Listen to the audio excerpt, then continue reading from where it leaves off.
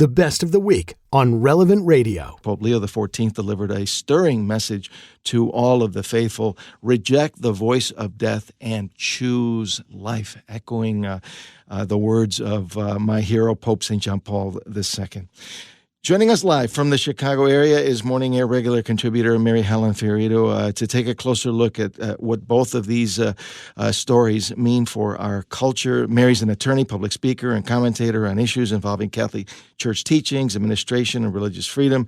She also holds the position of Cardinal Francis George Fellow at both the Ethics and Public Policy Center and the De Nicola Center for Ethics and Culture at the University of Notre Dame. Good morning, Mary. Thanks so much for joining us this morning. As always, it is great to be with you. Good morning, John, and good morning to all your listeners. Let's begin with the Vatican, with Pope Leo XIV urging the faithful to, quote, reject the voice of death and choose life.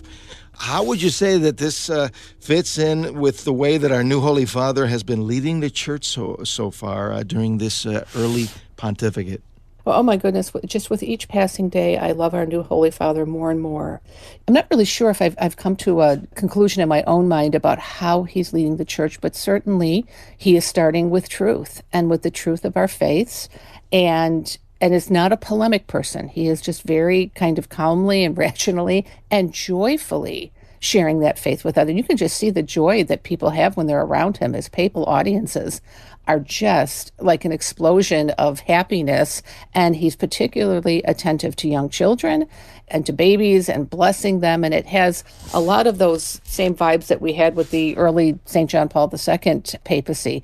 But, he's bringing his own dimension to it. He loves baseball, according to his brother in an extensive interview with Marianne Ahern at Chicago's NBC station last week. He loves Marshmallow Peeps, which is my favorite candy. So he's just a very approachable person, yet he, just exudes this holiness and this confidence in the Catholic faith and his confidence in Jesus Christ and in Our Lady together. How encouraging is it to see the recent Pope's words, our Holy Father's current words, which he's really following in the footsteps of Pope St. John Paul II, who was such a pro-life champion?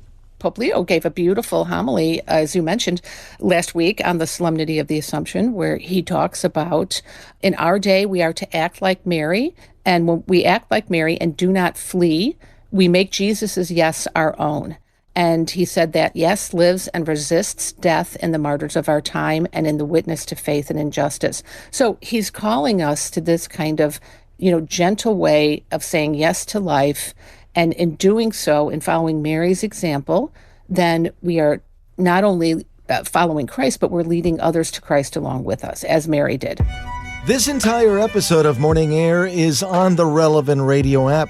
The Relevant Radio app is completely free and updated daily with fresh articles, podcasts, and prayers.